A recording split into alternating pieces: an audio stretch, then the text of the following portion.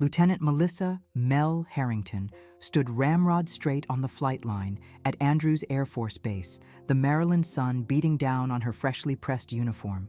At 26, she was one of the youngest officers to qualify for the elite Presidential Airlift Group, the unit responsible for operating Air Force One.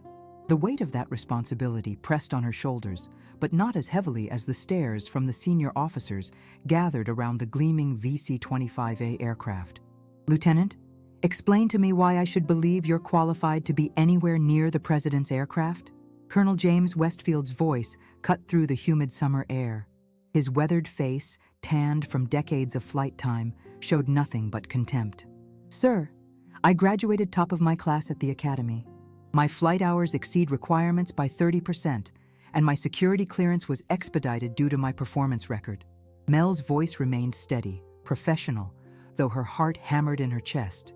A few snickers rippled through the group of officers, all men, all at least 10 years her senior. "Book smarts and simulator time don't mean shit when you're carrying the leader of the free world," Westfield said, circling her like a shark. "This isn't some social experiment, Lieutenant. The PAG requires experience, judgment, and nerves of steel." Major Derek Sanders, standing slightly behind Westfield, made a show of studying her file. "Says here your father was General Thomas Harrington." He looked up with a smirk. "Interesting coincidence." Mel felt her cheeks flush but kept her gaze forward. "My father's career and mine are separate matters, sir." "Are they?" Colonel Westfield raised an eyebrow. "Because from where I'm standing, it looks like another case of nepotism infiltrating my command." Captain Michael Chen, the only officer who hadn't joined in the mockery, cleared his throat. "Colonel, Lieutenant Harrington's technical evaluations are exemplary. The simulator scenarios she ran were among the most complex we've designed." Westfield shot Chen a warning look. "Thank you, Captain. I wasn't aware you'd been promoted to personnel." The group fell silent as a sleek black government SUV pulled up nearby. Out stepped Brigadier General Eleanor Winters, the first female commander of the 89th Airlift Wing in its history. At 52, she carried herself with the confidence of someone who had fought for every stripe on her shoulder. "Gentlemen, Lieutenant." General Winters nodded to the group, her sharp eyes taking in the scene. "I assume you're all making our newest officer feel welcome." "Just explaining the gravity of our mission, General," Westfield replied smoothly. "I'm sure." Winters' tone suggested she understood exactly what had been happening. "Lieutenant Harrington, walk with me." As they moved away from the group, Winters spoke in a low voice. "You've stepped into a boys' club that doesn't want new members, Lieutenant, especially female ones." "Yes, ma'am. I'm aware." "Are you also aware that Colonel Westfield was your father's rival for years? That he believes your father stole a promotion from him back in '07? Mel's steps faltered slightly. "No, ma'am. My father didn't discuss his professional rivalries at home." General Winters stopped near the nose of the massive aircraft, Air Force One's distinctive blue and white livery gleaming in the sunlight. "Well, now you know. You're not just fighting the usual battles women face in this outfit. You're walking into a decades-old grudge match. With all due respect, General, that's not my fight. It became your fight the moment you pinned on those bars with the Harrington name attached to them." Winters studied her for a moment. "Your father was a good man and an excellent officer, but his shadow is long and you'll need to step out of it to survive here." On the other side of the tarmac, Colonel Westfield was watching them, his arms crossed over his chest.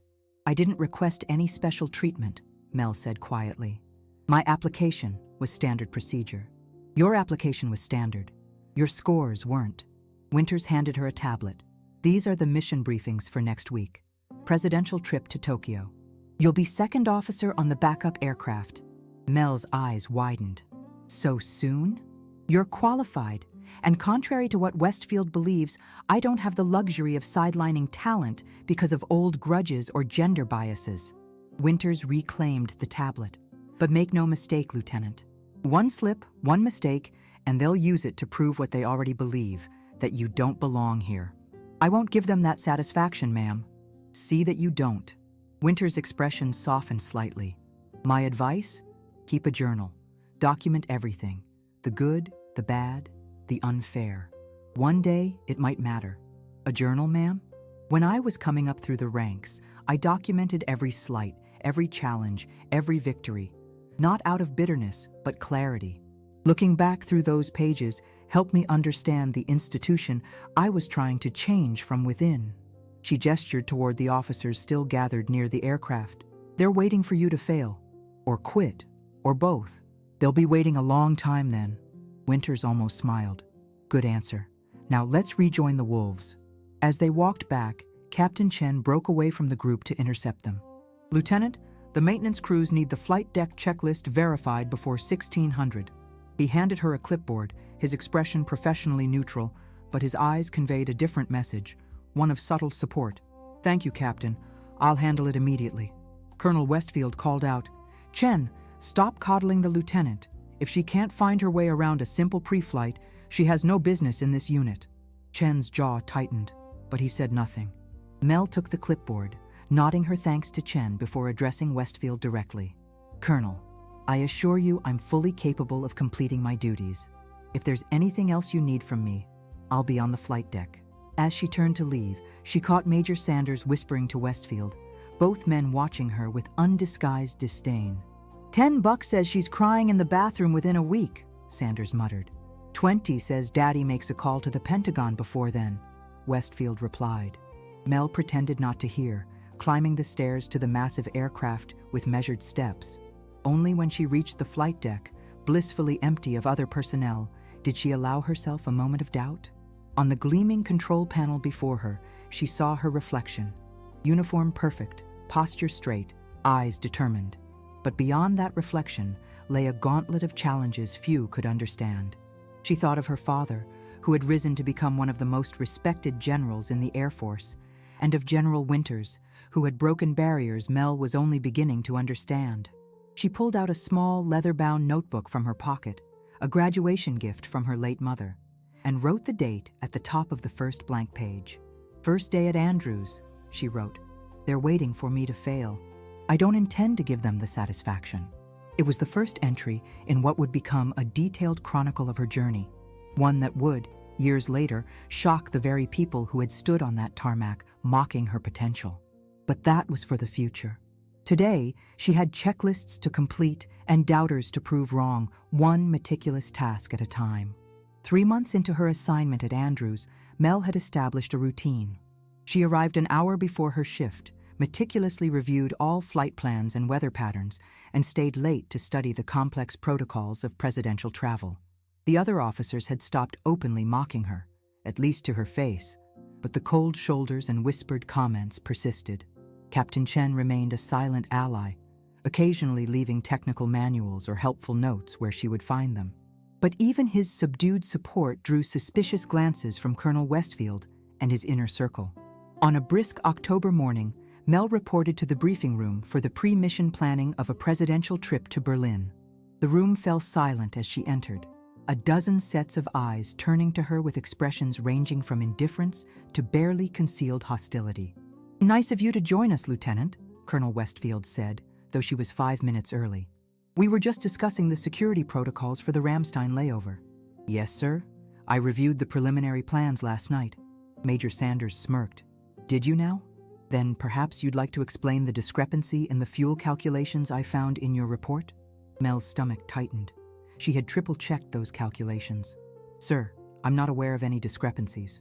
The numbers accounted for the additional weight of the security detail and the forecasted headwinds. Well, someone's math is off, Sanders said, sliding a folder across the table. And since you signed off on it, the responsibility falls to you. She opened the folder, scanning the pages quickly.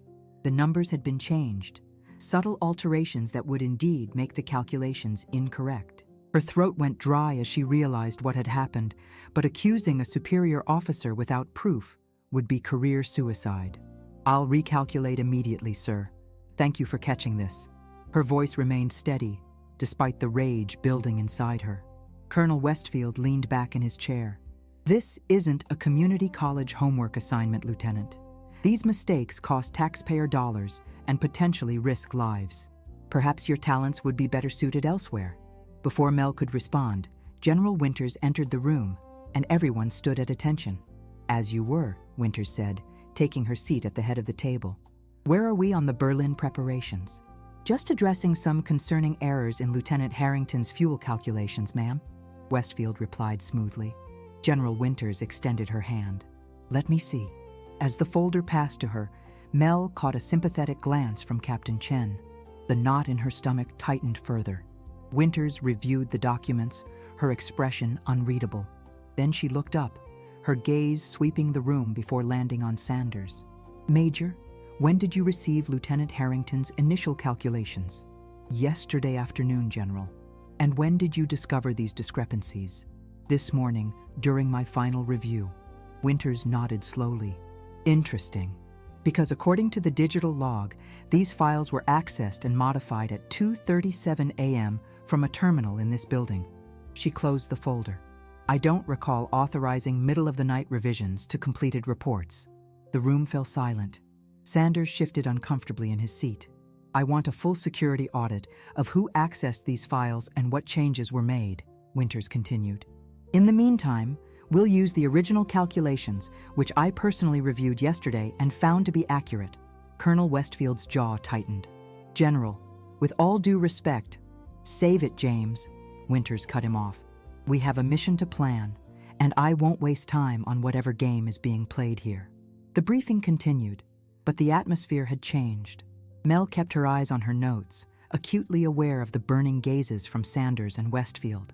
When the meeting concluded, she gathered her materials quickly, hoping to escape before any confrontations. Captain Chen caught up to her in the hallway. Lieutenant? A word? They stepped into an empty conference room, and Chen closed the door behind them. They're not going to stop, he said quietly. What happened today will only make Westfield more determined. I didn't doctor those reports, Captain. I know that. So does General Winters. But you need to understand what you're up against. Westfield views the PAG as his personal kingdom. He's been running things his way for over a decade. Mel rubbed her temples. Why does he hate me so much? Is it really just because of my father? Chen hesitated. Partly. But it's more than that. Your presence threatens the order he's established. A young female officer who outperforms his protege, who might eventually outrank them. That's not part of his vision for this unit. So what am I supposed to do? Request a transfer and let them win? No, Chen said firmly. You fight, but smarter. He slid a small recording device across the table. Start documenting everything. Conversations, meetings, who enters your office when you're not there. The sabotage will escalate, and when it does, you'll need evidence. Mel stared at the device. Isn't that crossing a line? They already crossed it. This is self-preservation. Chen moved toward the door. I've served under Westfield for 3 years. I've seen what happens to officers who don't fit his mold. They either leave broken or become part of his system. I don't want to see either happen to you. Why are you helping me? You're risking your own career. Chen paused, his hand on the doorknob. Because I joined the Air Force to serve something bigger than one man's ego. So did you. He opened the door. Be careful, Lieutenant, and watch your six. That night, alone in her small on-base apartment, Mel opened her journal again. The entries had grown more detailed over the past months, documenting every slight, every challenge, and occasionally small victories. She wrote about the day's events, the tampered reports, Chen's warning, and the recording device now sitting on her bedside table. As she wrote, a plan began to form in her mind. If they wanted to play dirty, she would have to find a way to protect herself without becoming like them. There had to be a path through this minefield that preserved both her career and her integrity. Her phone buzzed with a text message from General Winters. My office, Euro 700 tomorrow. Bring your original calculations. Mel set down her pen, a chill running through her.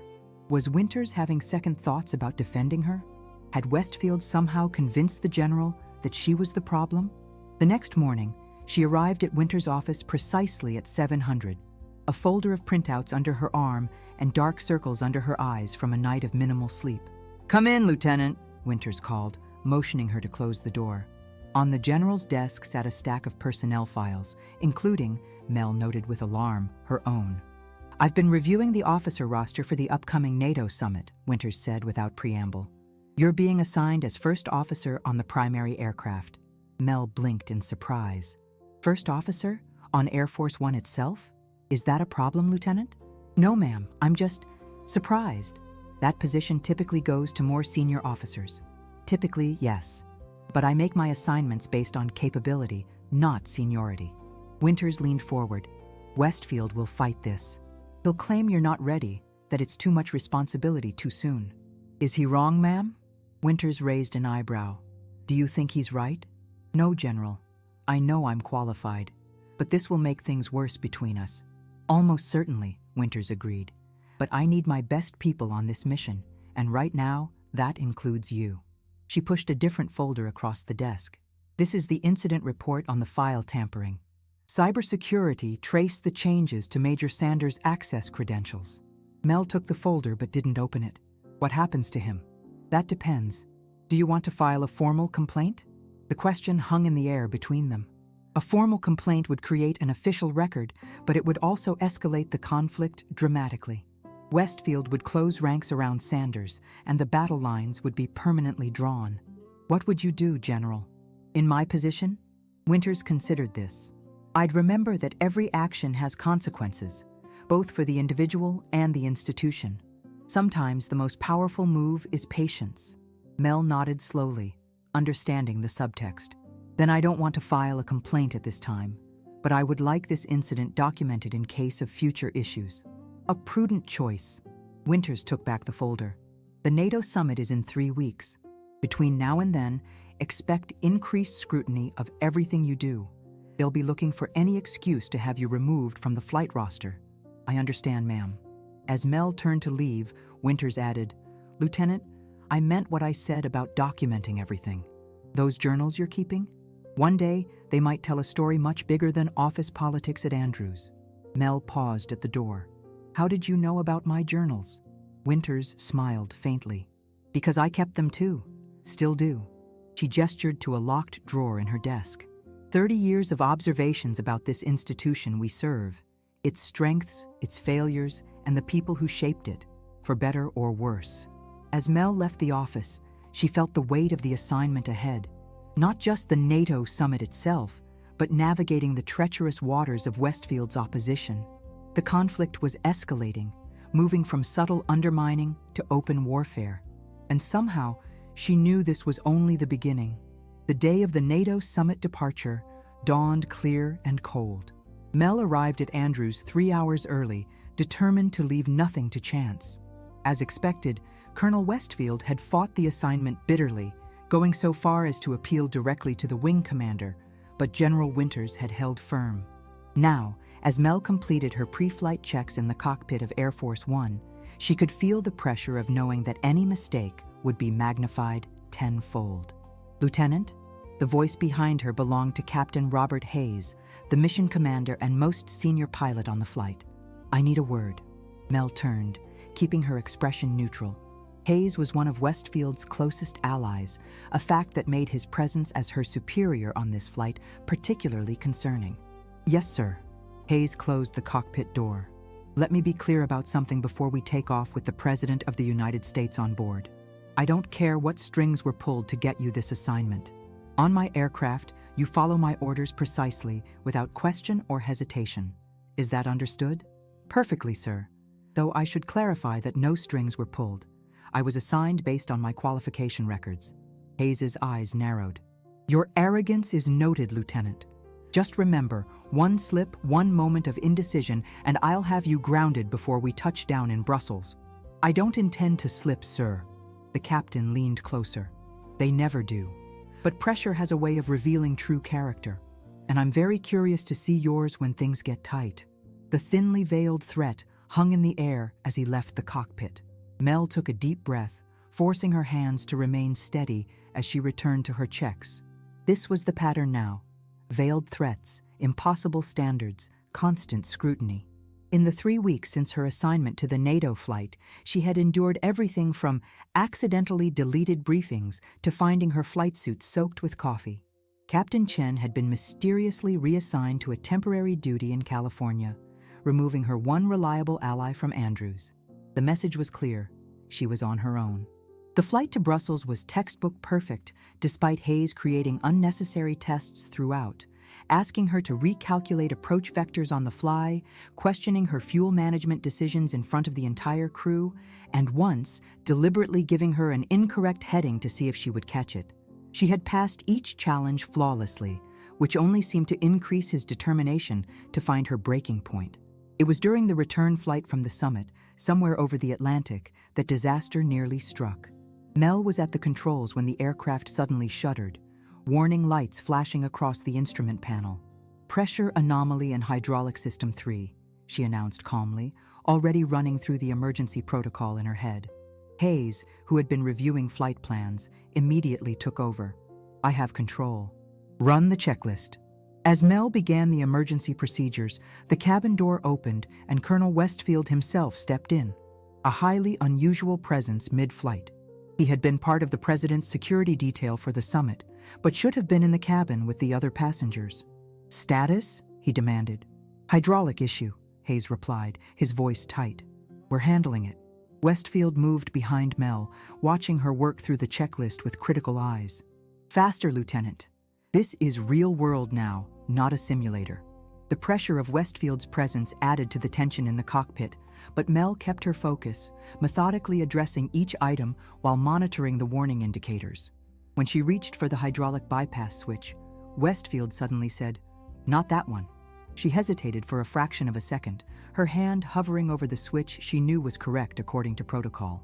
"Sir, the manual specifies—" "I said not that switch," Westfield repeated sharply. "Use the alternate procedure." Hayes glanced between them, saying nothing. It was a test, and one designed for her to fail. Either she disobeyed a direct order from a superior officer, or she followed an incorrect procedure that could potentially worsen the situation.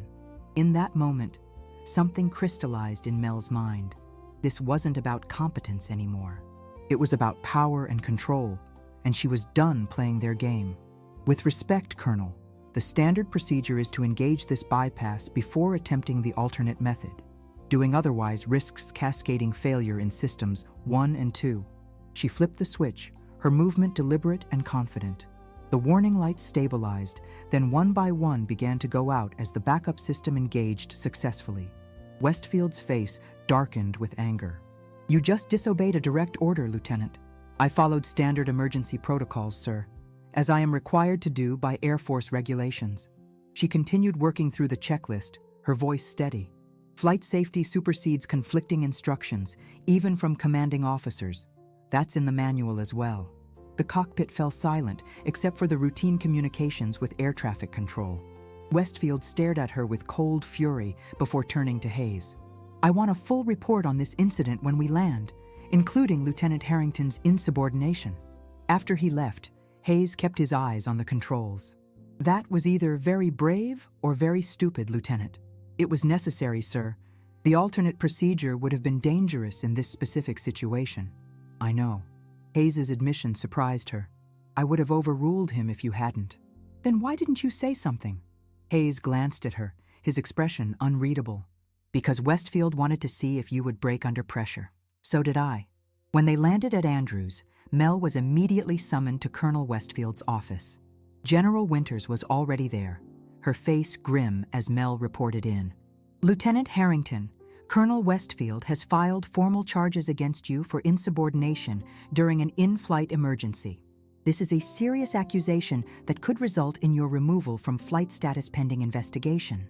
Westfield looked smug as he added, "The safety of Air Force One and its passengers cannot be compromised by officers who cannot follow the chain of command."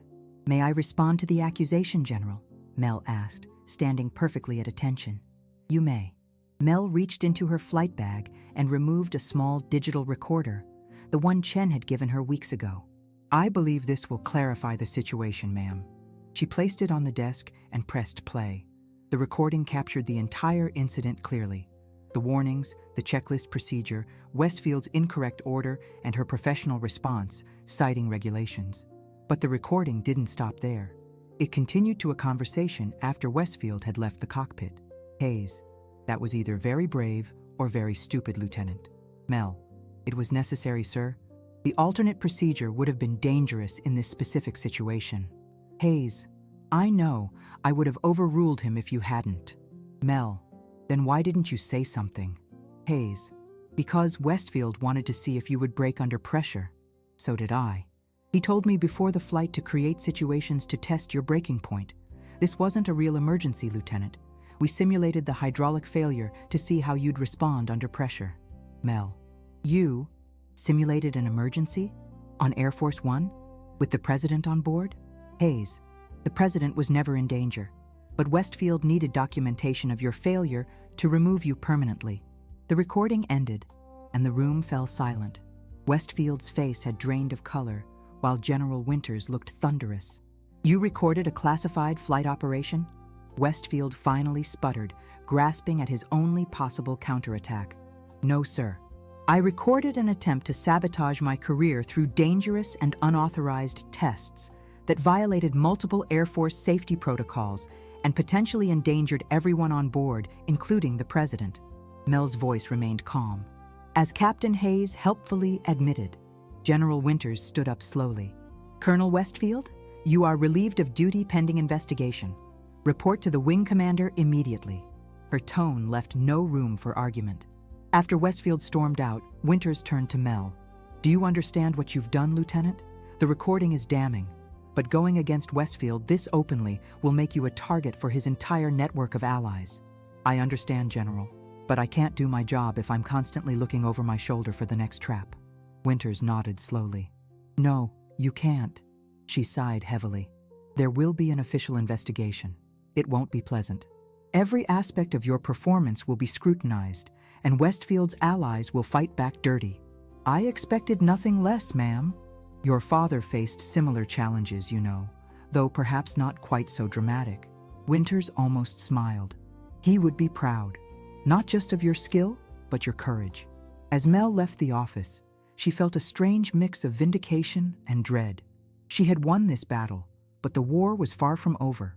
And somehow, she knew the consequences would be far more severe than she could imagine. That night, she wrote in her journal for hours, documenting every detail of the day's events and her feelings about what lay ahead. The final line read, "Today I chose integrity over security. I can only hope the Air Force values the same." The investigation lasted 8 grueling weeks. Every flight log Mel had ever filed, every simulator score, every performance evaluation, all were examined with microscopic attention. Witnesses were called, recordings analyzed, and patterns of behavior documented. Throughout it all, Mel maintained her composure, answering questions truthfully and directly, even as rumors and speculations swirled around Andrews. Colonel Westfield had been temporarily reassigned to a desk position at the Pentagon, but his influence remained potent. Officers who had previously been neutral suddenly found reasons to avoid her. Maintenance crews forgot to service equipment she was scheduled to use. Anonymous notes appeared in her locker, some threatening, others simply cruel. Only Captain Hayes, perhaps recognizing which way the wind was blowing, had broken ranks to confirm her account of the simulated emergency. His testimony, reluctantly given, added crucial weight to her case. On a gray December morning, Mel sat alone in the officers' mess, nursing a cup of coffee and reviewing flight plans for a training mission later that day, assuming, of course, that she still had flight privileges by then. The investigation board was scheduled to announce its findings at 1,000 hours. Mind if I join you? The voice belonged to Captain Chen, recently returned from his California assignment. Please, she gestured to the empty chair. When did you get back? Last night. He sat down, studying her face. You look tired. It's been a challenging few weeks. Chen nodded, understanding the understatement. Word is the board reaches its decision today. That's the rumor. Whatever happens, he said quietly, you did the right thing. What Westfield was doing wasn't just unfair, it was dangerous. Mel sighed. The right thing might cost me my career. Westfield has friends on that board. He does. But he also made enemies. People who resented his methods but were too afraid to speak up. Chen leaned forward. Did you know that after your incident, 3 other officers came forward with similar experiences? Junior officers who were pushed out when they didn't bend to his will. This was news to Mel. No, I didn't. Your stand changed things, Lieutenant. Whatever happens today, remember that. Before she could respond, her phone buzzed with a message. "The board is ready." "I need to go." Chen stood with her. "I'll walk with you." The conference room where the investigation board had conducted its proceedings was packed when they arrived. In addition to the 5 senior officers who comprised the board, General Winters was present, along with the wing commander and several staff officers Mel didn't recognize. Colonel Westfield sat rigidly on one side, his expression carved from stone. "Lieutenant Harrington," began General Marshall, the head of the investigation board. "After thorough review of all evidence and testimony, this board has reached its conclusions regarding the incidents of October 15th through November 3rd. The room fell silent as he continued. "We find that Colonel James Westfield engaged in a pattern of discriminatory behavior, created a hostile work environment, and violated multiple safety protocols in his treatment of Lieutenant Harrington and potentially other officers under his command." A murmur rippled through the room. Westfield's jaw tightened visibly. "Furthermore, we find that the simulation of an emergency situation on Air Force One without proper authorization constituted a serious breach of protocol that could have resulted in actual danger to the aircraft and its passengers, including the President." General Marshall turned a page in his report. "Regarding Lieutenant Harrington's actions, we find that her decision to follow established emergency procedures rather than unauthorized instructions was appropriate and in keeping with her duty as an Air Force officer. Her recording of the incident, while unusual, provided essential evidence of misconduct and is therefore deemed justified under the circumstances." Mel felt a wave of relief wash over her, but it was tempered by the knowledge that the fallout from this victory would be complex and far-reaching. "Our recommendations are as follows. Colonel Westfield will face disciplinary action to be determined by command staff, including possible reduction in rank and removal from the Presidential Airlift Group. Lieutenant Harrington is cleared of all charges of insubordination and will be restored to full flight status immediately." General Marshall closed his folder and looked directly at Mel. "Lieutenant, this board would also like to commend your professionalism under extraordinary pressure. Your actions exemplify the core values of the United States Air Force: integrity first, service before self, and excellence in all we do." As the meeting adjourned, Mel found herself surrounded by officers offering congratulations and, in some cases, apologies for not speaking up sooner. Colonel Westfield left without a word, his back rigid with barely contained fury. General Winters made her way through the crowd to Mel's side. "A moment, Lieutenant." They stepped into an empty office, and Winters closed the door. "The board made the right decision," she said without preamble. "But this isn't over." "I know that, ma'am.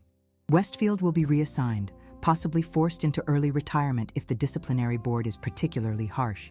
But his allies remain in positions of influence throughout the Air Force." Winters leaned against the desk. "You've won the battle, but at what cost?" Mel considered this. "Would you have done anything differently in my position, General?" "No," Winters admitted. "But I'm nearing the end of my career. You're just beginning yours. The path ahead will be challenging." "It was already challenging, ma'am. At least now it's on my terms." Winters studied her for a moment, then nodded slowly. "I have new orders for you, Lieutenant. Effective immediately, you're being reassigned to Air Mobility Command Headquarters at Scott Air Force Base." The news hit like a physical blow.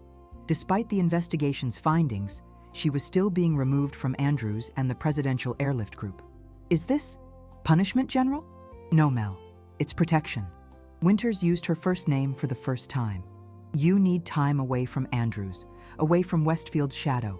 At Scott, you'll work directly under General Kaplan, who, as it happens, was your father's closest friend and is no fan of Westfield. So I'm being hidden away until things cool down?" "You're being positioned for advancement," Winters corrected. "AMC is the heart of our transport operations worldwide.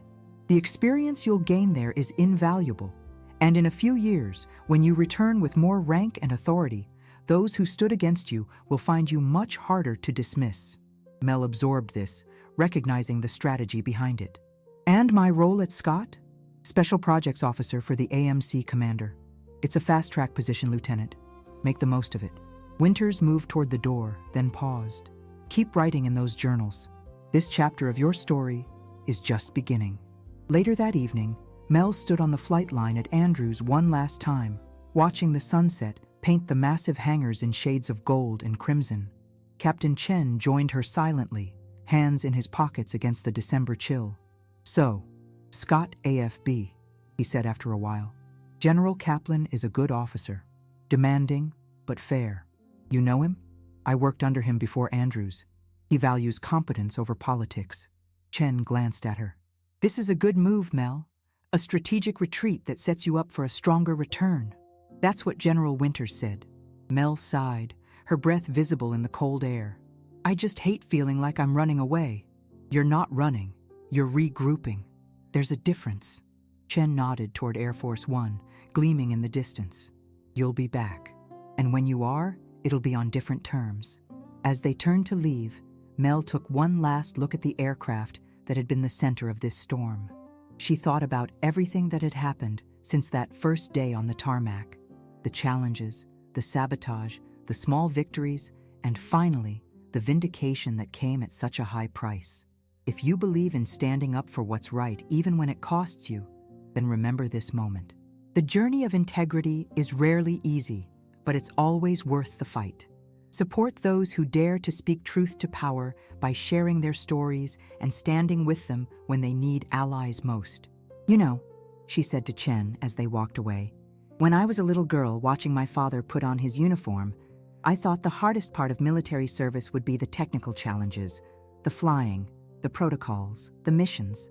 And now I understand what he meant when he said courage isn't about facing external threats. It's about facing yourself and your peers when principles are on the line." Chen smiled.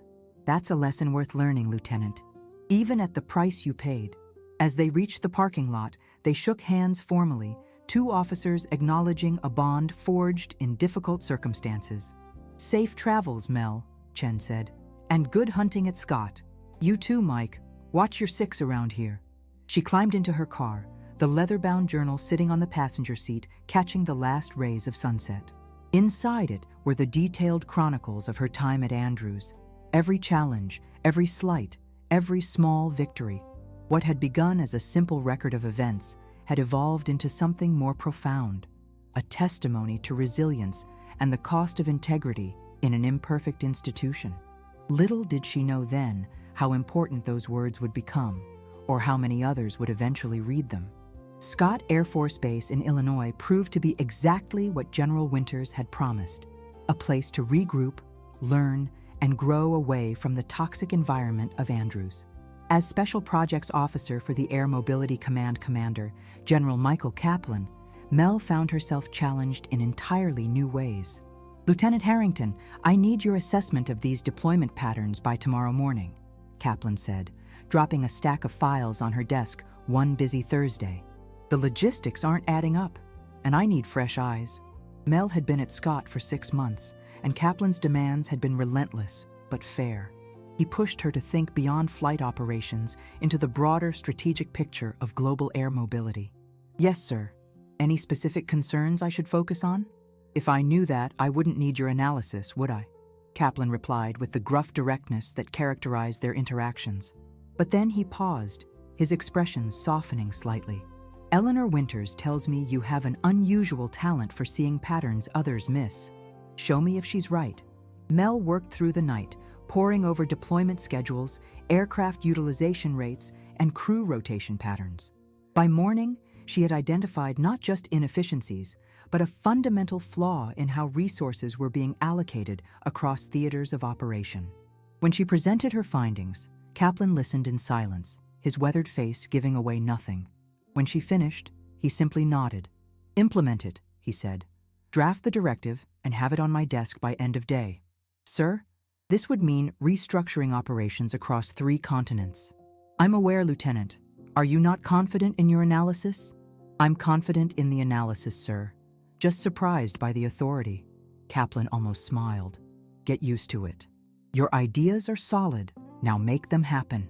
This became the pattern of her time at Scott. Increasingly complex challenges followed by expanding responsibilities. Kaplan pushed her to think beyond tactical flight operations into strategic air mobility planning, crisis response coordination, and interagency operations. By the end of her first year, Mel had been promoted to captain and given oversight of a special task force developing new protocols for high-priority government transport. Work that brought her expertise with the Presidential Airlift Group back into play, but now from a position of greater authority and broader perspective. "You're rebuilding your reputation," General Winters told her during a visit to Scott. "And not just rebuilding, expanding it. The work you're doing here has visibility at the highest levels. It feels good to focus on the work itself, without constantly looking over my shoulder," Mel admitted. "Enjoy it while it lasts," Winters advised, "because sooner or later you'll face Westfield or someone like him again. That's the nature of changing any institution. Resistance is inevitable." Winters' words proved prescient. 18 months into her assignment at Scott, Mel found herself temporarily assigned to the Pentagon as part of a task force reviewing air transport security protocols, following a near-miss incident involving a cabinet secretary's aircraft. On her second day there, she encountered Colonel Westfield in the cafeteria. He had avoided formal discipline by accepting early retirement, but had immediately transitioned to a civilian role as a defense contractor specializing in, ironically, aircraft security systems. His company had been contracted to advise on the very task force Mel was now part of. "Captain Harrington," he acknowledged coldly, the civilian suit doing nothing to disguise his military bearing. "I see you've advanced since our last meeting." "Mr. Westfield," she replied with professional courtesy. "Yes, Air Mobility Command has been a rewarding assignment." "I'm sure it has." General Kaplan always had a soft spot for Tom Harrington's daughter. The implication that her success was due to favoritism rather than merit hung in the air. Mel met his gaze steadily. "General Kaplan judges officers by their performance, not their lineage. A standard I've always appreciated." A muscle twitched in Westfield's jaw.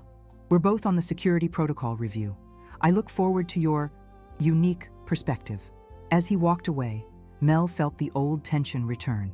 That sense of being constantly evaluated by hostile eyes, waiting for any misstep. But something was different now. She was different. The intimidation that had once made her stomach clench now barely registered. She had faced Westfield at his most powerful and prevailed. His disapproval no longer held the same weight. The task force work brought them into direct conflict almost immediately. Westfield's company was pushing for expensive, proprietary security systems that would lock the Air Force into long-term contracts. Mel's analysis demonstrated that a more integrated approach using existing technologies would be both more effective and more cost-efficient. Captain Harrington's proposal lacks the comprehensive security architecture that modern threats demand, Westfield argued during a particularly tense meeting. "With respect," Mel countered, "the data doesn't support that conclusion. Our current systems, properly integrated and updated as outlined in my proposal, provide 98% threat coverage at one-third the cost of proprietary replacements." The task force chair, a no-nonsense two-star general named Abrams, looked between them. "This feels personal rather than professional. Do you two have history I should know about?" "You could say that," Westfield muttered. "Captain Harrington served under my command at Andrews," he elaborated when Abrams raised an eyebrow. "We had different views on protocol and chain of command. Different views on whether simulating emergencies on Air Force One without authorization was appropriate," Mel clarified, her voice calm. "As the investigation board documents in detail." General Abrams sighed. "I see. Well, regardless of past history, this task force will make decisions based on data and analysis, not personal vendettas or corporate interests. Is that clear to everyone?" The message was pointed, and Westfield's proposal was ultimately rejected in favor of Mel's more practical approach. It was a professional victory, but more importantly, it represented personal growth. She had faced her antagonist again and prevailed not through dramatic confrontation, but through superior work and clear thinking. When the task force concluded, General Abrams called her to his office. "Captain, your work here has been exemplary. I'd like to offer you a permanent position on my staff at the Pentagon." The offer was tempting, a prestigious assignment that would put her at the center of Air Force policy and planning. But Mel had been reflecting deeply on her experiences and her goals. "I'm honored, sir, but I believe I can best serve by returning to operational roles. The insight I've gained at AMC and here at the Pentagon needs to be applied in the field." Abrams studied her thoughtfully. "That's an unusual choice. Most officers would jump at a Pentagon position. I joined the Air Force to fly, sir, to lead missions and crews. The policy work is important, but I need to stay connected to the operational realities." "I respect that," Abrams said finally. "And as it happens, there's another opportunity you might consider. The 89th Airlift Wing at Andrews is reorganizing its leadership structure following some, let's call them, cultural issues that came to light in the past few years." Mel kept her expression neutral, though her heart rate increased. The 89th was the home of the Presidential Airlift Group, her old unit at Andrews. They're looking for officers with both operational experience and a background in systems integration and security protocols. Your name came up in discussions. "At Andrews, sir? Given my history there?" "Because of your history there," Abrams corrected. "The wing has new leadership that's specifically looking for officers who demonstrated integrity under pressure. Your stand against Westfield has become something of a case study in ethical leadership. The idea of returning to Andrews, not as a junior officer fighting for respect, but as a leader tasked with reshaping the culture, was both daunting and compelling. It would mean facing not just memories, but potentially some of the same officers who had been part of Westfield's circle. "I'd like to be considered for the position, sir," she said finally. Abrams nodded approvingly. "I thought you might. The formal interview process begins next month. I'll make sure your name is on the list." That evening, in her temporary Pentagon quarters, Mel opened her journal, now Volume 3, in what had become a chronicle of her Air Force career. She wrote about the encounter with Westfield, the task force victory, and the possibility of returning to Andrews. The final paragraph read, "3 years ago, I wrote about choosing integrity over security. Today I realized those aren't opposing choices. True security, both personal and professional, comes only through integrity. Whatever happens at Andrews, I return not as someone seeking approval, but as someone who has found her own measure of success." She closed the journal, feeling a sense of completion. The painful chapter that began on that Andrews flight line was ending, and a new one where she would help write the rules rather than merely follow them, was about to begin. Major Melissa Harrington, the promotion had come through just before her return to Andrews, stood at the podium facing the assembled officers and enlisted personnel of the Presidential Airlift Group. 3 years after leaving as a lieutenant, under contentious circumstances, she had returned as the new operations officer for the elite unit, second in command only to the PAG commander himself. "Many of you know me, or know of me," she began, her voice steady and clear in the hangar where Air Force One gleamed behind her. "Some of you were here during my previous assignment. Others have only heard stories. And I imagine those stories vary considerably depending on who told them." A ripple of uncomfortable laughter passed through the audience. The Harrington incident, as it had come to be known, had become part of Andrews' lore, with versions ranging from heroic stand against corruption to exaggerated tale of insubordination depending on one's allegiances. "I'm not here to relitigate the past," Mel continued. "I'm here because this unit has a critical mission that requires the very best from all of us. The President, cabinet officials, and foreign dignitaries who fly with us deserve nothing less than excellence in every aspect of our operation." She paused, making eye contact with various members of the audience, including a few familiar faces. Officers who had once been part of Westfield's inner circle and now looked decidedly uncomfortable. Excellence isn't just technical proficiency, though that's essential. It's also about the culture we create, one that values integrity, innovation, and the courage to speak up when something isn't right. Her gaze rested briefly on a young female lieutenant in the front row. "Every person in this unit, regardless of rank or role, has valuable perspectives that can make us better." As she concluded her remarks and the assembly dispersed, Colonel Patricia Reynolds, the new PAG commander, joined her. "Strong start, Major," Reynolds said approvingly. "You didn't shy away from the elephant in the room, but you didn't dwell on it either." "Thank you, ma'am." It seemed important to acknowledge it directly. It was, especially since not everyone is thrilled about your return. Reynolds nodded discreetly toward a group of senior officers huddled in conversation, occasionally glancing their way. "Major Sanders is still here, along with a few others from the old guard. They've been on their best behavior since the shakeup, but they're waiting to see how things unfold, Mel finished. Precisely, which is why your next project is so important. Reynolds handed her a tablet. The President's upcoming Asia-Pacific tour. 5 countries in 7 days, complex diplomatic protocols, and multiple security challenges. I want you to lead the planning team. Mel reviewed the preliminary details. This is usually handled by officers with more seniority in the unit. Usually, yes. Consider it both a test and an opportunity. Reynolds smiled slightly. Show them what you've learned since you left, Major. The Asia-Pacific mission planning became Mel's proving ground. She assembled a team that deliberately included both experienced PAG officers and newer personnel with fresh perspectives. Among them was Lieutenant Jessica Chen, Captain Mike Chen's younger sister, as it turned out, who had recently transferred to the unit. My brother spoke highly of you, Jessica told Mel during their first planning session. Said you were the kind of officer who makes the Air Force better just by being in it.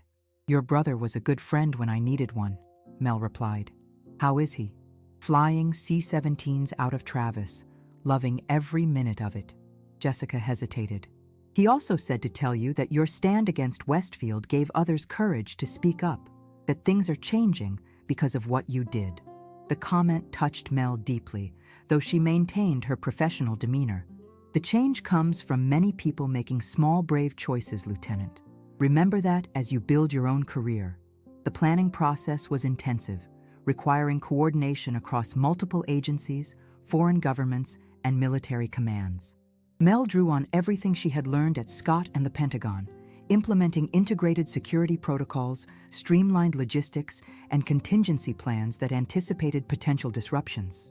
Not surprisingly, resistance emerged from some of the senior officers, particularly those who had been aligned with Westfield in the past. This routing adds 4 hours to our total flight time, Major Sanders complained during a review meeting, pointing to Mel's proposed flight path over the Pacific.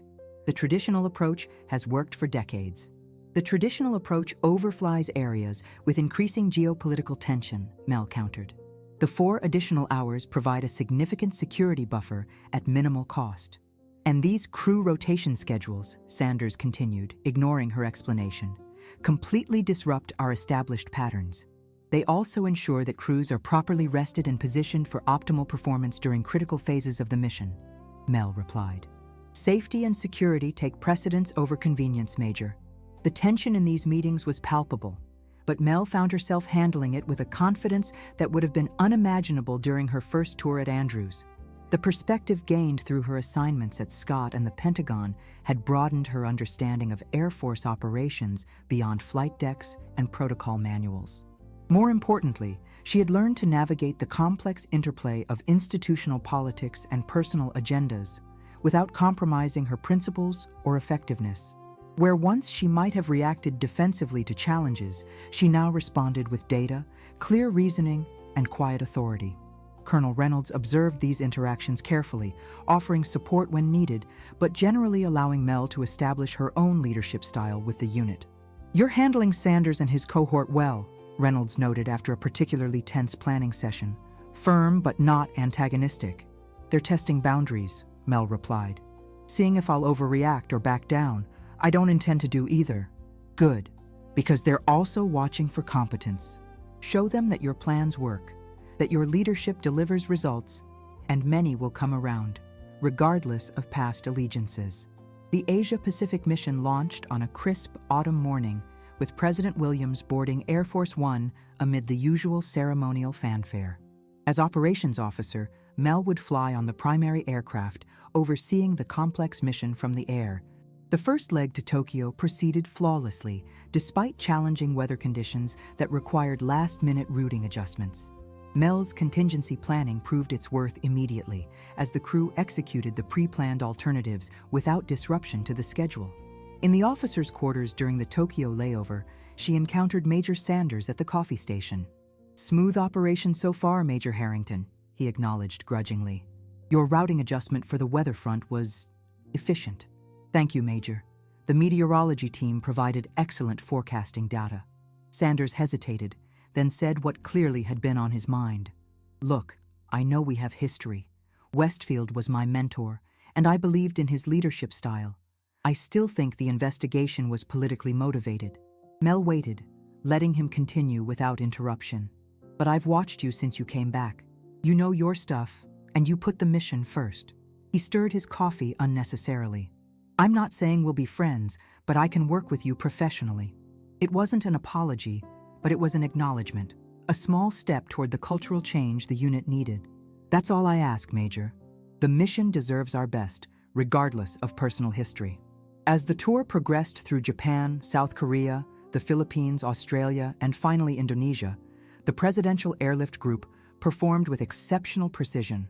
Mel's integrated planning approach allowed for seamless adjustments to unexpected diplomatic schedule changes and weather disruptions. During the final leg back to Washington, Colonel Reynolds joined Mel in the staff compartment of Air Force One. The president specifically mentioned the smoothness of this tour, Reynolds said, keeping her voice low. Said it was the best executed multi-stop foreign trip of his administration. Mel allowed herself a small smile of satisfaction. The team performed excellently, ma'am. Indeed they did. Under your leadership. Reynolds studied her thoughtfully. You know, when your name came up for this position, there was significant debate. Some argued that bringing you back to Andrews would reopen old wounds, remind everyone of past conflicts. And you disagreed? I argued that sometimes the best way to heal an institution is to bring back the people who had the courage to point out its flaws. Reynolds handed her a folder. Which is why I've recommended you for command track. Your performance on this mission confirms what your record suggests. You have the potential to lead at the highest levels. Mel opened the folder to find paperwork for Air Command and Staff College, the mid-career education program required for officers being groomed for senior leadership positions. The timing is good, Reynolds continued. You've re-established yourself here successfully. Now you can step away for a year of advanced education, then return with Lieutenant Colonel's eagles on your shoulders, ready for even greater responsibility. The opportunity was extraordinary, a clear indication that her career had not just recovered from the Westfield incident, but had actually been accelerated by it. Yet Mel felt a moment of hesitation. Something's troubling you, Reynolds observed. I'm grateful for the recommendation, Colonel.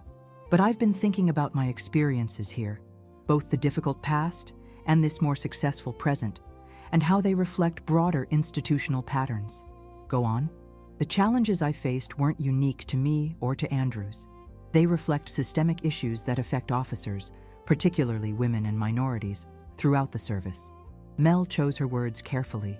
I've been documenting these patterns, thinking about how they might inform meaningful institutional change.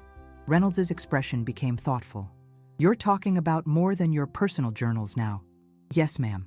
I've been working on a more formal analysis, combining my experiences with research and case studies from throughout the Air Force. Something that could potentially shape policy and training at an institutional level. That sounds like the kind of project that might benefit from a year at Command and Staff College, Reynolds noted, with access to research resources and senior leaders who shape policy. Mel nodded, seeing the possibility. It would be an ideal environment to develop these ideas further. Then it's settled. Reynolds stood to leave. Finish strong here, then use your time at Maxwell to think bigger about the Air Force you want to help build. That's what leadership is ultimately about. Not just executing today's mission, but shaping tomorrow's capabilities. After Reynolds departed, Mel sat alone in the quiet aircraft, feeling a profound sense of transformation. The journey that had begun with that humiliating confrontation on the Andrews flight line had evolved into something far more significant than personal vindication. She pulled out her current journal, volume 5 now, and wrote a single line. Today I realized that what began as self-protection has become a mission to protect others and strengthen the institution I serve. The words felt like both a conclusion and a beginning, the end of one chapter and the opening of another, with far greater purpose and scope than she had originally imagined. Lieutenant Colonel Melissa Harrington stood at the back of the packed auditorium at Air War College, watching as senior Air Force leaders, policy experts, and defense officials filed in for the annual Leadership Symposium. 5 years had passed since her return to Andrews and subsequent education at Command and Staff College. In that time, she had commanded the 10th Airlift Squadron at Andrews, completed a Pentagon tour focused on institutional reform, and authored a groundbreaking paper on leadership culture that had caught the attention of the Air Force Chief of Staff himself.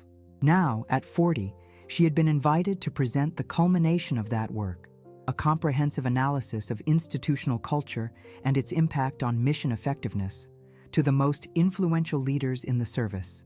Nervous? The voice belonged to General Eleanor Winters, now retired, but still a powerful presence in defense circles as a consultant and mentor to rising officers. Appropriately concerned, Mel replied with a small smile. This audience isn't easily impressed. No, but they're increasingly ready to listen. Winters nodded toward the front rows, where the Air Force's top brass sat in their service dress uniforms. The old guard is giving way to new perspectives. Your timing is excellent. Among those front-row leaders was a face Mel had not expected to see, James Westfield, now working as a senior advisor to the Secretary of the Air Force.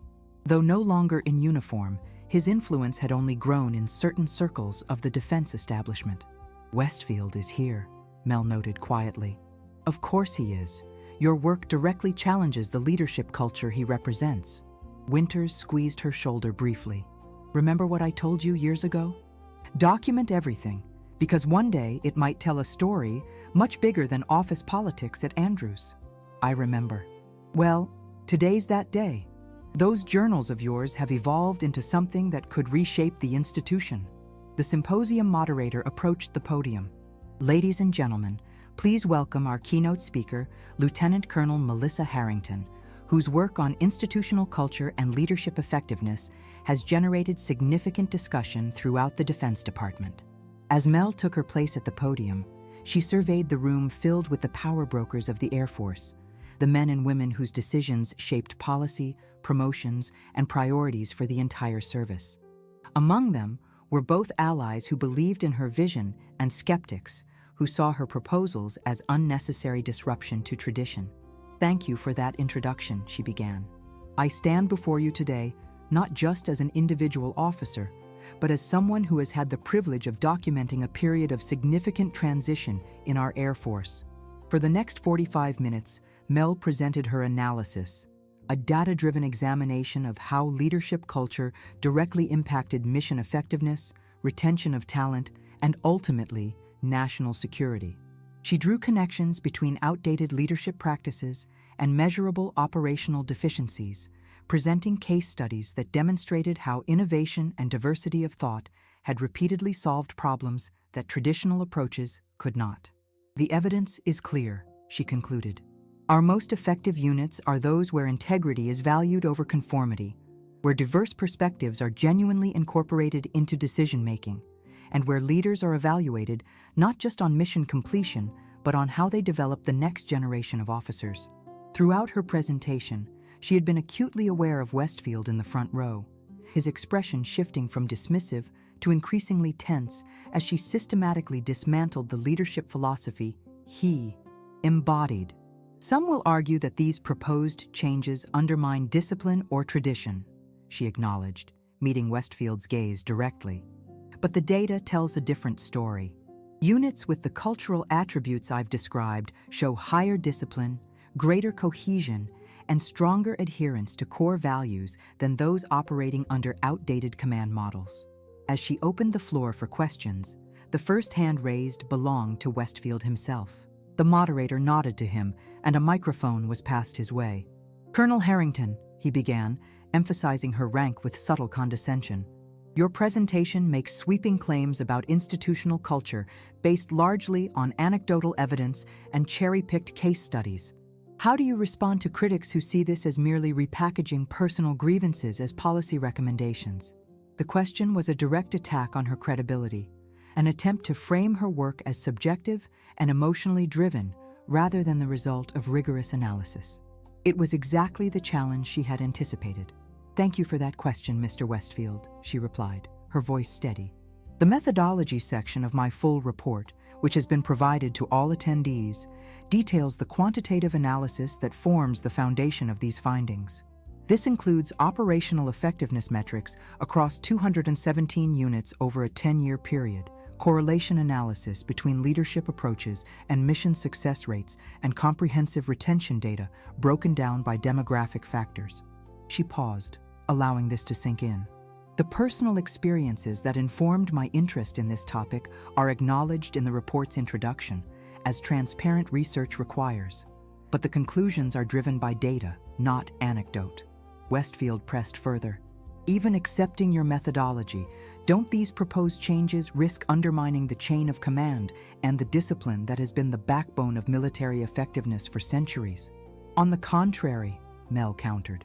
The data shows that units with the cultural attributes I've described have fewer disciplinary issues, clearer communication up and down the chain of command, and more effective execution of orders. Respect for authority is strengthened, not weakened, when that authority is exercised with integrity and clear purpose. The next questioner was General Richard Kaplan, her former commander at Scott and now the Vice Chief of Staff of the Air Force. Colonel, your research indicates that implementing these cultural changes could increase mission effectiveness by up to 23% in certain operational contexts. What would be your top 3 recommendations for beginning this transformation at an institutional level? The question shifted the conversation from defense to application, a subtle but powerful endorsement of her work. For the next several minutes, Mel outlined specific policy recommendations, training adjustments, and evaluation criteria that could begin moving the Air Force toward the culture she had described. As the session concluded, the room buzzed with discussion. Senior officers clustered in small groups, debating the implications of her presentation. Some approached her directly, offering both challenges and support for various elements of her work. General Kaplan made his way to her side. Compelling presentation, Colonel. The Chief and I would like to discuss your recommendations in more detail, particularly how they might be implemented in our leadership development programs. I'd be honored, sir. Good. And I should mention that the position of Director of Leadership Development at the Air Force Academy is opening up next month. The Chief thinks your perspective would be valuable there. It was a remarkable opportunity, a chance to directly shape the next generation of Air Force leaders at the foundational level of their careers. As the crowd thinned, Mel found herself face to face with Westfield. For a moment, neither spoke, the weight of their shared history hanging between them. "You've come a long way from that lieutenant on the flight line," he finally said, his tone carefully neutral. "The Air Force has come a long way too, Mr. Westfield, though not far enough yet." He studied her, something like reluctant respect in his expression. "You know, I always thought your father pulled strings for you, that you hadn't earned your place. And now I think Tom Harrington's daughter turned out to be even more formidable than he was." It wasn't exactly a compliment, but it was an acknowledgement. "Your ideas will face significant resistance. The old ways have deep roots." "I'm counting on it," Mel replied. "Meaningful change always faces resistance. That's how we know it matters." As Westfield walked away, General Winters rejoined her. "Well done, very well done. It's just a presentation. The real work comes next." "True, but ideas have to start somewhere." Winters nodded toward the departing Westfield. 15 years ago, that man tried to end your career before it truly began. Today, he had to sit and listen as you outlined a vision for the Air Force that makes his approach obsolete. If that's not the definition of success, I don't know what is. Later that evening, in her hotel room, Mel opened her laptop to find her inbox flooded with messages from officers throughout the Air Force. Many from women and minorities who had faced similar challenges to those she had documented. They shared their own stories, offered support for her work, and expressed hope that the changes she proposed might become reality. One message in particular caught her attention. From Jessica Chen, now a major herself, commanding a squadron at Ramstein Air Base in Germany. "Your presentation is already circulating among officers here. For the first time, many of us feel seen, not just in our struggles, but in our vision for what the Air Force could become. My brother always said you would change things for the better. He was right." Mel sat with these messages for a long time, feeling the weight of expectation and hope they represented. The work ahead would be challenging, the resistance formidable. But for the first time, she truly believed that institutional change was possible, not just through policy directives, but through the collective effort of officers committed to a better Air Force. She opened her current journal, volume 10 now, and wrote what felt like both an ending and a beginning. Today, the private record of one officer's journey became a public call for institutional transformation. The path from that first day at Andrews to this moment was neither straight nor easy. But looking back, I wouldn't change it. Not the challenges, the setbacks, or even the adversaries who ultimately strengthened my resolve. Tomorrow, the real work begins. As she closed the journal, her phone rang. It was the Air Force Chief of Staff himself, calling to discuss next steps for implementing her recommendations. The conversation that followed would set in motion changes that would ripple throughout the institution for years to come. Changes that had begun with a young lieutenant standing her ground on a flight line at Andrews Air Force Base. The auditorium at the United States Air Force Academy was filled to capacity for the change of command ceremony. Flags and banners hung from the rafters. The gleaming brass of the Academy band reflected the lights, and the precision movements of the honor guard spoke to the solemnity of the occasion. In the front row sat a distinguished array of general officers, Academy faculty, and special guests, including retired General Eleanor Winters. At 71, Winters remained a towering figure in Air Force leadership circles, her legacy of reform and mentorship having shaped a generation of officers. Behind the dignitaries sat row upon row of cadets, the future of the Air Force, their faces reflecting both curiosity and respect as they witnessed this transition of leadership. At precisely 1,000 hours, the ceremony began. The outgoing Commandant of Cadets, Brigadier General Thomas Mercer, stood at attention as his achievements over the past 3 years were recounted. Under his leadership, the Academy had implemented significant changes to its leadership development program, changes that had been directly influenced by the work of Colonel Melissa Harrington during her 4-year tenure as Director of Leadership Development. Now, as Mercer prepared to depart for a new assignment at the Pentagon, Colonel Harrington, recently selected for promotion to Brigadier General, would step into the role of Commandant, becoming one of the most influential leaders in shaping the future officer corps. The formal transfer of the guidon, the symbolic passing of command, was executed with perfect precision. As Mel took the flag, accepting the responsibility it represented, she felt the weight of the moment, not just the personal achievement, but the institutional significance of her appointment. "Ladies and gentlemen," announced the ceremony narrator, "Brigadier General-Select Melissa Harrington, Commandant of Cadets, United States Air Force Academy." Approaching the podium, Mel surveyed the audience. The cadets who would be her primary responsibility, the Academy leadership who would be her partners in this work, and the senior officers who had supported her journey to this point. Among them, she noted with a small smile, was former Colonel James Westfield, now serving on the Academy Board of Visitors. His presence was a reminder of how far both she and the institution had come. In the 8 years since her presentation at the Leadership Symposium, many of her recommendations had been implemented throughout the Air Force. Evaluation systems had been reformed to measure leadership effectiveness beyond mere mission completion. Mentorship programs had been expanded and formalized. Training in ethical decision-making and inclusive leadership had become required for all officers. These changes had faced resistance, as any significant institutional reforms would. But the data supporting their effectiveness had become increasingly difficult to ignore. Units operating under the new leadership model consistently outperformed their counterparts in both operational effectiveness and personnel retention. Distinguished guests, faculty, staff, and most importantly, cadets of the United States Air Force Academy, Mel began. "I stand before you today profoundly aware of both the honor and the responsibility of serving as your commandant." She spoke without notes, drawing on the journey that had brought her to this podium. 15 years ago, I stood on a flight line at Andrews Air Force Base, a young lieutenant facing what seemed like an insurmountable challenge to my place in our service. Today, I stand before you as living proof that our Air Force, despite its imperfections, is an institution capable of growth, self-reflection, and positive change. In the audience, she saw General Winters nodding approvingly. The core values of our Air Force, integrity first, service before self, and excellence in all we do, are not merely words on a plaque.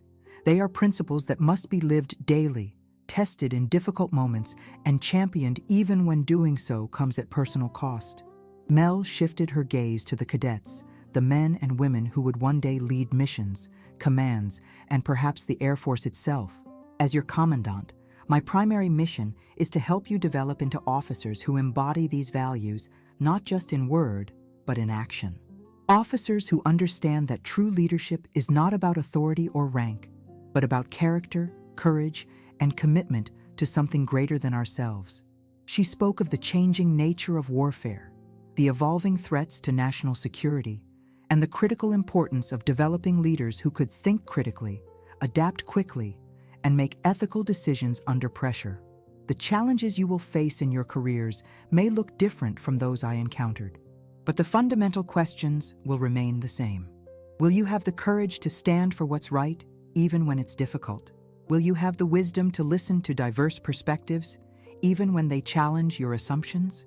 And will you have the integrity to hold yourself accountable to the highest standards, even when no one is watching? As she concluded her remarks, Mel made a final personal commitment to the cadets. My door will always be open to you. Your concerns will be heard, your ideas will be considered, and your development as leaders will be my highest priority. Together, we will build on the proud traditions of this academy while preparing you for the complex challenges that lie ahead.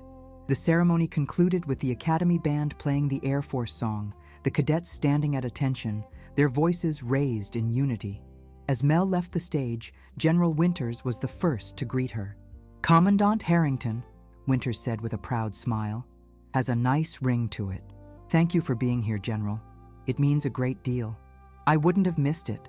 Winters glanced toward Westfield, who was speaking with other members of the Board of Visitors. "Your former adversary seems to have made peace with your ascension. We've reached a professional understanding over the years," Mel acknowledged. "He still disagrees with many of my ideas, but at least now it's about the substance rather than the source. Progress comes in many forms," Winters observed. "Speaking of which, there's someone else here to see you." She gestured toward a distinguished-looking brigadier general making his way through the crowd. Michael Chen, the captain who had once been her ally at Andrews, now commanding the 89th Airlift Wing himself. "Congratulations, Commandant," he said, shaking her hand warmly. "The cadets are fortunate to have you." "Thank you, General Chen. How are things at Andrews?" "Different, better." He smiled. "My sister sends her regards, by the way. She's been selected for colonel." "I heard. Well deserved." They were joined by other well-wishers, former colleagues, mentors, and several officers whose careers had been positively influenced by the changes Mel had helped implement. Each conversation reinforced the sense that her individual journey had become part of a larger institutional transformation. Later that afternoon, after the formal reception had concluded, Mel made her way to the commandant's office, her office now. The space was still filled with Mercer's personal items, waiting to be packed and shipped to his new assignment. But on the desk sat a small package with her name on it. Inside, she found a leather-bound journal similar to the one she had carried since her first days at Andrews. A note accompanied it, written in General Winters' distinctive hand. "For the next chapter. The story continues, and future leaders will look to your example just as you once looked to those who came before you. Lead with the same integrity that brought you here. Eleanor." Mel ran her fingers over the journal's cover, thinking of the volumes that had preceded it, the detailed record of challenges, growth, and transformation that had paralleled her own development as an officer. What had begun as a means of self-preservation had evolved into something far more significant, a chronicle of institutional change seen through the eyes of one officer determined to make a difference. She placed the journal in the center of the desk, a symbol of both continuity and new beginnings. Tomorrow, she would begin the work of shaping the next generation of Air Force leaders, young men and women who would face their own challenges, make their own difficult choices, and perhaps change the institution in ways she could not yet imagine. As the sun set over the academy grounds, casting long shadows across the parade field where thousands of officers had begun their journeys, Mel stood at the window of her new office. The path from that confrontation on the Andrews flight line to this moment had been neither direct nor easy. There had been setbacks and victories, allies and adversaries, moments of doubt and moments of clarity.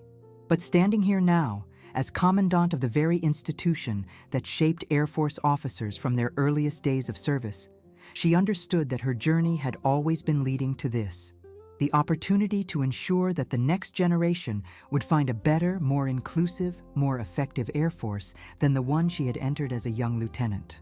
It was not the end of the story, but rather the beginning of a new chapter, one that would be written not just in her own journals, but in the lives and careers of every cadet who passed through the academy during her tenure. And that, Mel reflected as she turned from the window to face her new responsibilities, was perhaps the most meaningful resolution of all.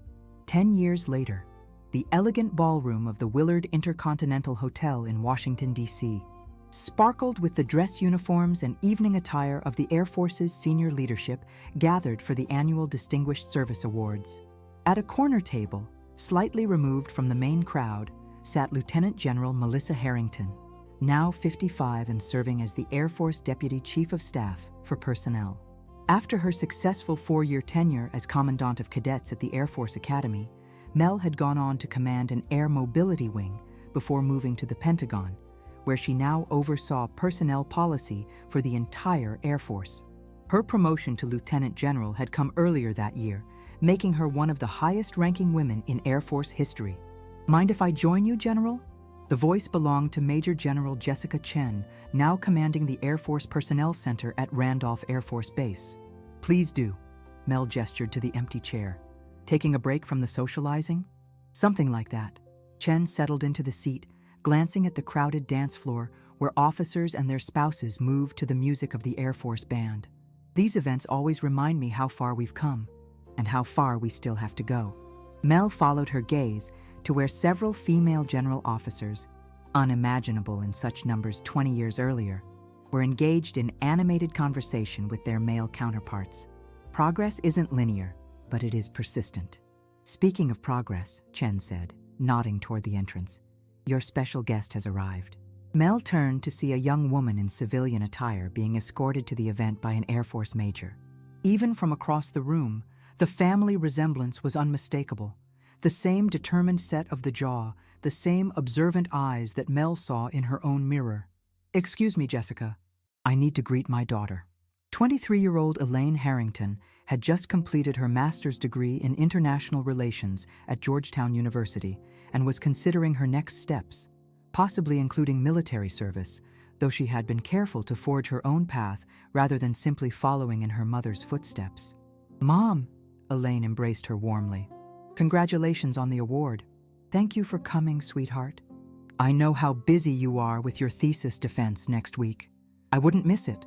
Elaine looked around the ballroom. "So these are the power brokers of the Air Force, huh?" "Some of them," Mel smiled. "Others are deployed around the world doing the real work." Major Emma Rodriguez, Elaine's escort for the evening and one of Mel's former aides, excused herself to give mother and daughter some privacy. "I've been reading your journals," Elaine said once they were alone. "The ones from your early days at Andrews, through the investigation, and your time at Scott." Mel raised an eyebrow. "Those are rather personal documents, which you left conspicuously on your home office shelf when I mentioned I was researching institutional change in military organizations for my thesis." Elaine's knowing smile suggested she understood the gesture had been intentional. "They're extraordinary, Mom. Not just as a personal record, but as documentation of how institutions evolve or resist evolution." Over the years, Mel had shared selected parts of her story with her daughter, but had been careful not to impose her experiences or expectations. She had wanted Elaine to find her own way, make her own choices. "What struck me most," Elaine continued, "wasn't the obvious discrimination or the dramatic confrontations. It was the subtle, everyday resistance you documented, the small ways people tried to maintain the status quo, and the equally small but persistent ways you and others pushed back. The big moments make better stories," Mel acknowledged. "But real change happens in those smaller interactions, repeated thousands of times across an institution." Their conversation was interrupted by the arrival of the current Air Force Chief of Staff, General David Martinez, accompanied by an elderly woman leaning on a cane but still radiating authority, retired General Eleanor Winters, now in her 80s. General Harrington, Martinez greeted her formally, though they worked together daily at the Pentagon. I believe you know our special guest. Eleanor, Mel embraced her old mentor warmly. I didn't know you were coming. And miss seeing you receive the Distinguished Service Medal? Winters smiled. Not a chance.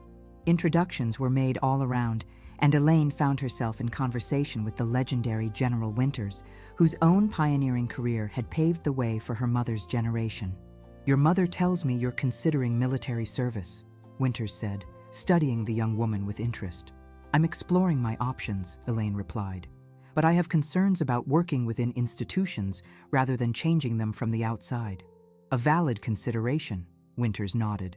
Though I've always believed that the most meaningful change comes from people who understand the institution intimately, its strengths, its weaknesses, and its potential. As they talked, Mel's attention was drawn to another new arrival, retired General Michael Chen, now serving as Undersecretary of Defense for Personnel and Readiness. He was accompanied by an Air Force Brigadier General who looked vaguely familiar. Robert Hayes, Winters supplied, following Mel's gaze. Your old aircraft commander from the NATO flight, the one who testified about Westfield's simulated emergency. I hardly recognized him, Mel admitted. It's been decades. He commands the 18th Air Force now, Martinez added. One of our finest operational leaders, and I might add, one of the strongest advocates for the leadership culture you've championed throughout your career. This was unexpected news. Hayes had never been openly hostile like Westfield or Sanders, but he had been part of the old guard that had initially resisted her presence at Andrews. As if sensing her thoughts, Hayes looked up and met her gaze across the room. After a moment of recognition, he offered a respectful nod, which Mel returned. The Master of Ceremonies called for attention, announcing that the formal awards presentation would begin shortly. As Mel prepared to join the other awardees, Winters touched her arm. Before you go, the older woman said quietly, I want you to know something. The journals you've kept all these years, they matter beyond your personal record. Eleanor, I've been working with the Air Force Historical Research Agency. They're establishing an archive of first-person accounts from officers who played significant roles in institutional transformation. Winters' eyes sparkled with their old intensity. Your journals would be an invaluable contribution to that historical record. Mel considered this for a moment. The journals had been deeply personal documents, chronicling not just events, but her private thoughts, fears, and ambitions. Yet they also told a story larger than herself, a story of how institutions change through the persistent efforts of individuals committed to improvement. I'll think about it, she promised. Though parts of them are quite candid about senior leaders. All the more valuable, Winters chuckled. Sanitized histories teach us nothing useful. As the ceremony began, Mel took her place with the other awardees. The Distinguished Service Medal recognized her contributions to personnel policy reform, leadership development programs, and the transformation of the Air Force's promotion and assignment systems. All outgrowths of the work that had begun with that presentation at the Leadership Symposium 15 years earlier. When her name was called, she stepped forward to receive the medal from General Martinez. The citation highlighted her visionary leadership and unwavering commitment to building a more effective, inclusive, and ethical Air Force. Looking out at the assembled officers, men and women of all backgrounds, many of whom had entered service under the reformed systems she had helped create, Mel felt a profound sense of accomplishment. Not personal victory, but institutional progress. Later that evening, as the event wound down, she found herself approached by Brigadier General Hayes. General Harrington, he greeted her formally. Congratulations on the well-deserved recognition. Thank you, General Hayes. It's been a long time. Too long. He hesitated, then continued. I wanted to tell you something that I should have said years ago.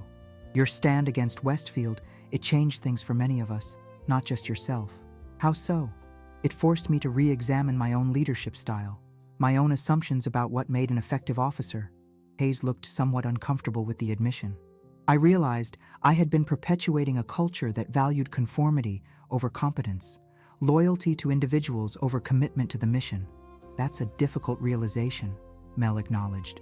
It was, but a necessary one. He glanced around the ballroom. Look at the Air Force leadership today compared to 20 years ago.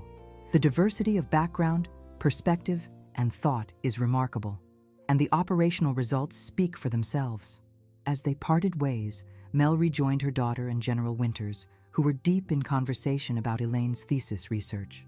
"Your daughter has a keen analytical mind," Winters observed, "and an interest in institutional change that seems familiar."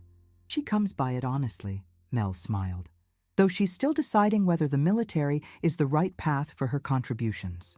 Whatever she chooses, she'll have the advantage of understanding how change really happens, not through dramatic gestures or policy pronouncements alone, but through the consistent application of core values and the courage to stand firm when those values are tested."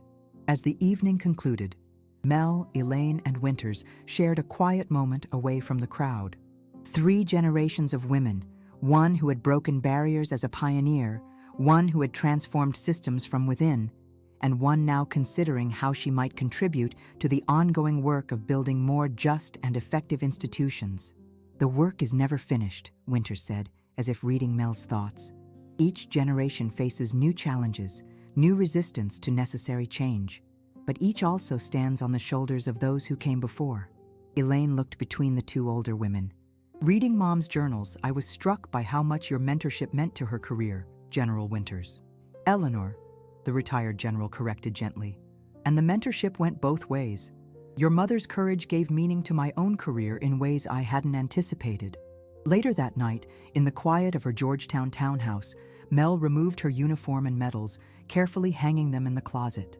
On her desk sat the current journal, Volume 22, in a series that now documented more than 30 years of her Air Force career.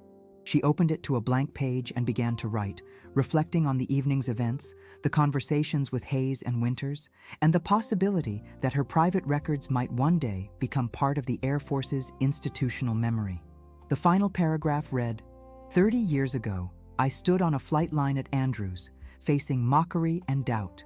Today I received our service's highest peacetime honor, surrounded by an Air Force leadership that better reflects our nation and better serves our mission." The journey between those 2 moments was neither straight nor easy, but it confirms what I have always believed, that institutions, like individuals, are capable of growth, learning, and transformation when enough people care deeply enough to demand better. She closed the journal knowing that whatever came next, for herself, for her daughter, for the Air Force she had served for 3 decades, the story would continue. And in that continuation lay the true resolution of the journey that had begun on that distant day at Andrews Air Force Base. The National Archives building in Washington, D.C. stood majestic in the spring sunshine, its massive columns and grand facade a testament to the nation's commitment to preserving its history. Inside, in a special exhibition hall temporarily dedicated to Voices of Transformation, personal accounts of institutional change in American defense, a unique ceremony was taking place. At 75, retired General Melissa Harrington moved more slowly than she once had, but her posture remained military straight, her gaze clear and focused as she addressed the assembled guests. Historians, military officers, government officials, and family members gathered for the official transfer of her journals to the National Archives. "When I began writing in these journals 45 years ago, I never imagined they would one day be considered historically significant," she began, gesturing to the display case where the first volume, that small leather-bound notebook from her earliest days at Andrews, lay open to its first page. "They were simply a means of processing my experiences, documenting challenges, and later planning for change." In the front row sat her daughter, Dr. Elaine Harrington Mendez, now a respected scholar of institutional ethics and reform at the National Defense University, accompanied by her husband and their teenage twins. Beside them was retired General Jessica Chen, still one of Mel's closest friends and confidants, decades after their military careers had brought them together. These journals chronicle not just my personal journey, but the transformation of an institution I was privileged to serve for 35 years, Mel continued. They document both progress and resistance, successes and setbacks, in the ongoing effort to build a military that truly lives up to its core values. The decision to donate her journals to the National Archives had not been made lightly. For years, they had remained private documents, consulted occasionally by selected researchers under strict confidentiality agreements. But as their historical significance became increasingly apparent, Mel had worked with archivists and military historians to prepare them for public access, with minimal redactions for national security and personal privacy. What makes these accounts valuable is their authenticity, noted Dr. Marcus Washington, the military historian who had championed their inclusion in the archives. General Harrington recorded her observations in real time, without the benefit of hindsight or the tempering influence of official narratives.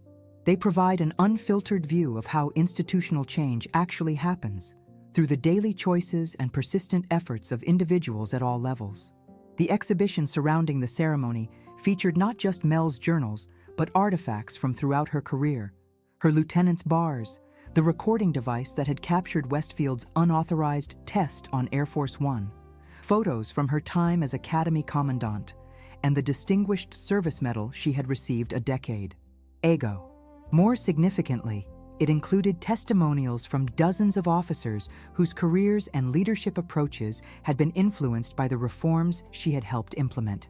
Reforms that had transformed the Air Force's approach to leadership development, performance evaluation, and talent management. General Harrington's impact extends far beyond her personal achievements, observed the current Air Force Chief of Staff in his remarks at the ceremony. The leadership culture she helped create has produced officers who are more adaptive, more ethical, and more effective in meeting the complex challenges of modern warfare and international security. As the formal presentations concluded, Mel moved among the exhibits, pausing occasionally to speak with guests or examine particular items. Near a display of her early journal entries from Andrews, she encountered an elderly man she had not seen in many years, retired General Robert Hayes, now well into his 80s. "General Harrington," he greeted her with a respectful nod. "A remarkable legacy you've created." "General Hayes, thank you for coming." He gestured to the journal display. "Strange to see those days preserved here, to be part of history. Stranger for some than others," Mel acknowledged with a small smile. Hayes nodded, understanding her meaning. "I was wrong back then, about many things." He glanced around at the exhibition, but perhaps being wrong, and eventually recognizing it, served a purpose in this larger story. "It did," Mel agreed. "Institutional change isn't just about replacing people who resist with people who support. It's about creating the conditions where transformation becomes possible for everyone willing to grow." As Hayes moved on, Mel found herself approached by a young Air Force captain, a woman whose name tag identified her as Captain Sophia Rodriguez. "General Harrington, I hope I'm not intruding," she began somewhat nervously, "but I wanted to thank you personally. Your story, especially the early challenges you documented at Andrews, was required reading in our leadership seminar at the Academy when I was a cadet." "Required reading?" Mel raised an eyebrow, surprised. "That's unexpected." "Yes, ma'am. Along with case studies of other officers who demonstrated moral courage in difficult circumstances." The captain hesitated. "Your journals helped me navigate my own challenges as a young officer. Knowing that someone had faced similar situations and prevailed, it made a difference." After the captain had moved on, Mel's daughter joined her, watching as guests examined the exhibits and discussed the significance of the materials. "So," Elaine said, "how does it feel to have your private thoughts become public history?" "Surreal," Mel admitted, "but appropriate in a way. The journals were always about something larger than myself. They certainly inspired my own career path."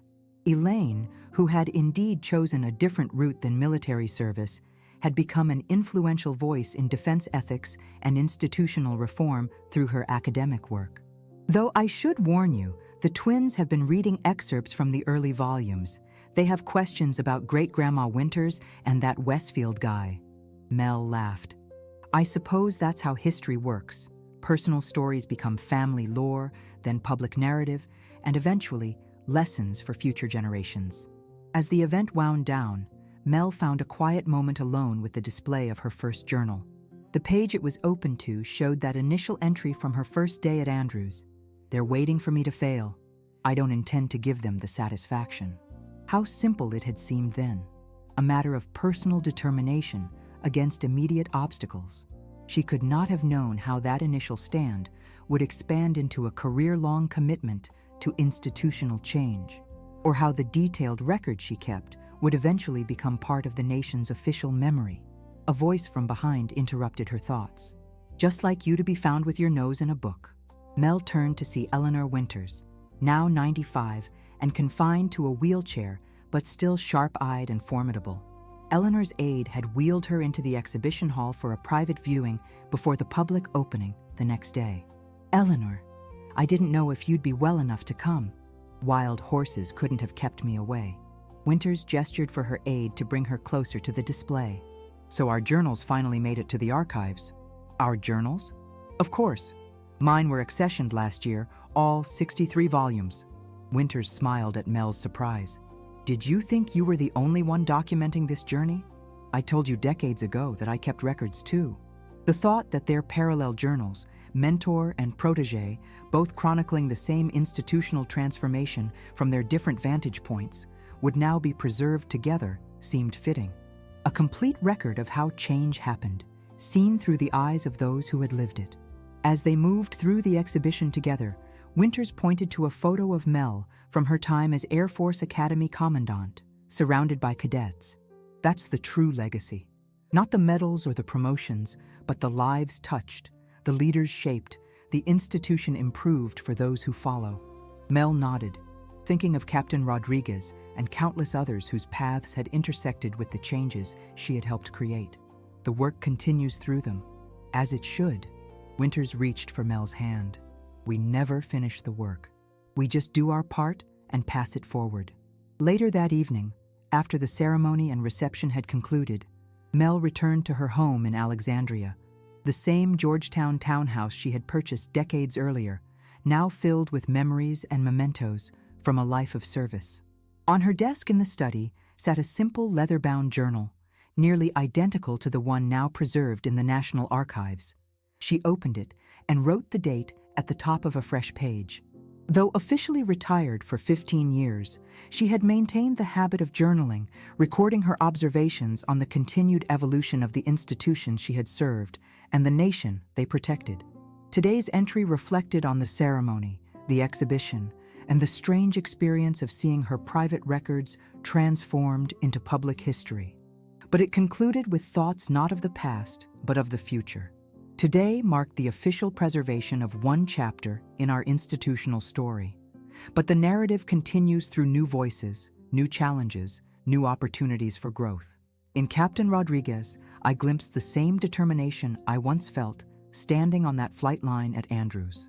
In my grandchildren's curiosity about these events, I see the transmission of values across generations.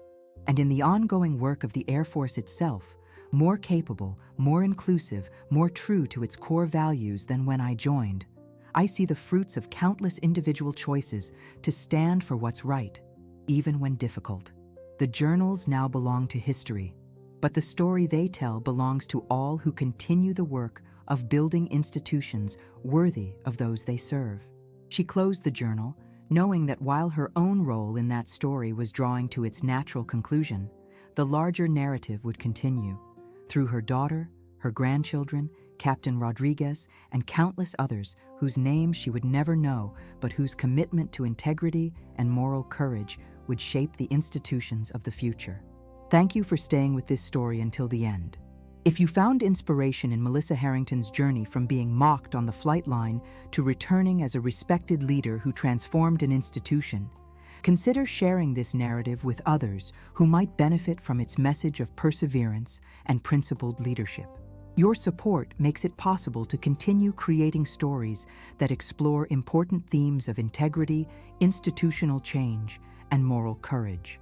If you enjoyed this content, leave a comment sharing which part of Melissa's journey resonated with you most.